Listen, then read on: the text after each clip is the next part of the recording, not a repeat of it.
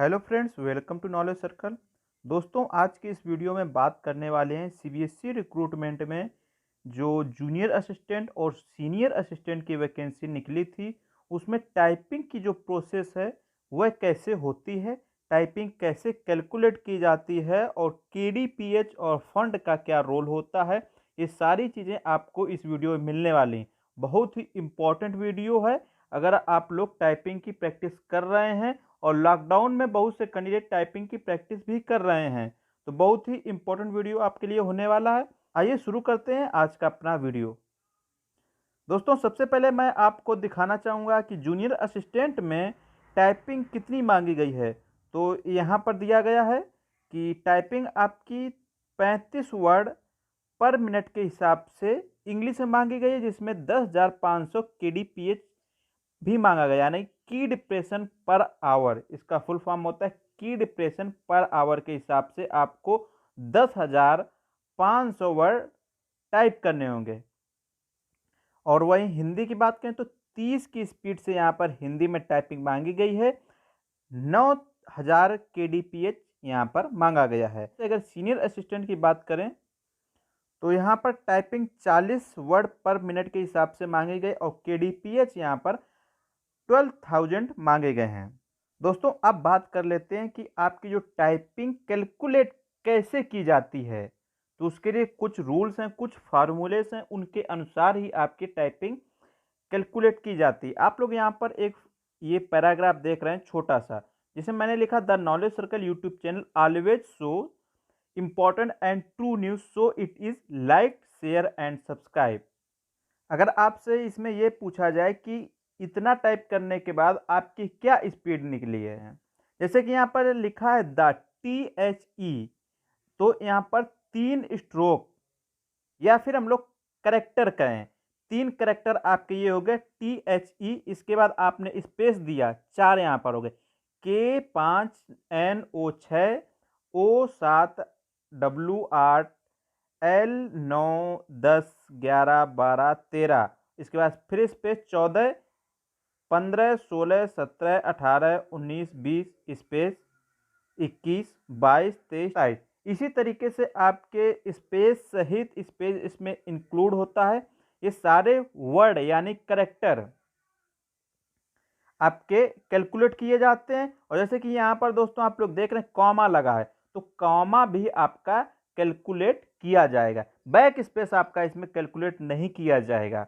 तो इसी तरीके से आपने एक पैराग्राफ में जितने कैरेक्टर्स टाइप किए हैं सबको कैलकुलेट कर लिया जाएगा। जैसे कि मान लीजिए यहाँ से आप तक, यहाँ तक आपने पूरे वर्ड जो कैरेक्टर हैं आपके 1500 हुए। हालांकि ये 1500 नहीं है, लेकिन हम लोग मान लेते हैं, ठीक है।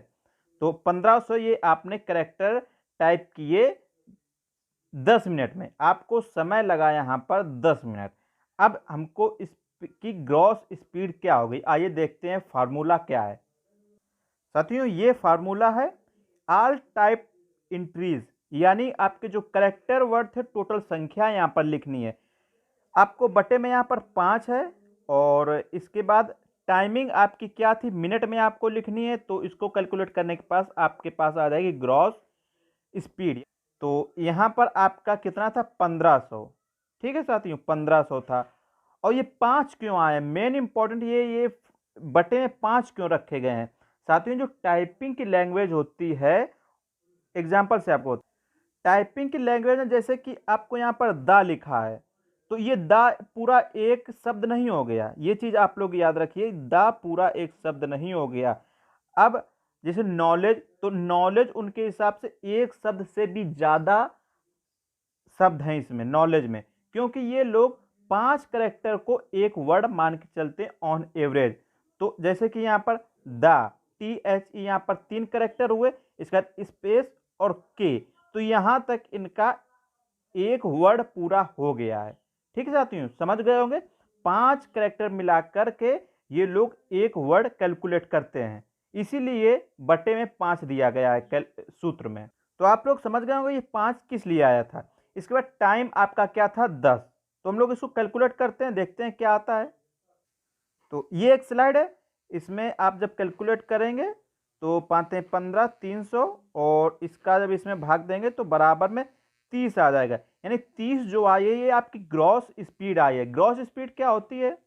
यहाँ पर आपकी 30 ग्रॉस स्पीड आई है और इसका मतलब यह हुआ कि इस स्पीड में आपके जो आपके एरर हैं वो भी शामिल है। और आपकी जो जूनियर असिस्टेंट में 35 और 30 की स्पीड मांगी गई है तो वो नेट स्पीड है। अब इसमें आपके जितने भी एरर्स होंगे, ठीक है साथियों, जितने भी एरर्स होंगे, मान लीजिए आपके जो 30 ये स्पीड आई है इसमें आपके टोटल जो आपने वर्ड टाइप किए हैं उसमें कितनी भी गलतियां आई होंगी इसमें ये माइनस की जाएगी। उसके बाद आपकी नेट स्पीड आएगी, तभी आपका सिलेक्शन होगा।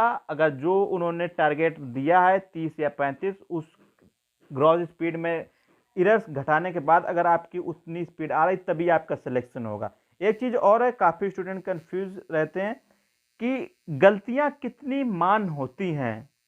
तो नॉर्मली जितनी भी टाइपिंग की 10+2 के एग्ज़ाम होते हैं तो उनमें 5% गलतियां वो लोग स्वीकार कर लेते हैं। इससे इससे ज़्यादा अगर गलतियां होती हैं तो अलग अलग डिपार्टमेंट के अलग अलग रूल्स होते हैं। कोई कोई तो अगर 5% से ज़्यादा होती तो डायरेक्ट बाहर हो जाते हैं। कहीं कहीं ये था कि अगर 5% के बाद जितनी भी आपने गलती की है, जैसे कि 5% के बाद अगर एक शब्द आपने गलत किया है तो उसके बदले में आपको 10 शब्द और टाइप करना पड़ेगा उतने ही समय में। तो वो कवर मैनेज कर लेते हैं वो लोग। तो ऐसे ऐसे डिपार्टमेंट के हिसाब से अलग अलग रूल्स होते हैं। तो साथियों आज का वीडियो यहीं समाप्त होता है। नेक्स्ट वीडियो में हम लोग बात करेंगे कि जूनियर असिस्टेंट और सीनियर असिस्टेंट में कौन सा फंड मांगा गया है और सबसे सरल फंड कौन सा होता है, और साथ में KDPH जो मोस्ट इम्पॉर्टेंट होता है एक टाइपिंग एग्ज़ाम के लिए। तो हमने आपको पहले ही बताया था KDPH कितना मांगा गया। तो फंड KDPH की पूरी चर्चा करेंगे नेक्स्ट वीडियो में, इसलिए आप लोग चैनल को सब्सक्राइब जरूर करिए और बेल आइकन को प्रेस करना मत भूलिए, क्योंकि हमारे लेटेस्ट नोटिफिकेशन आप तक पहुंचते रहेंगे। तो thanks for watching this video.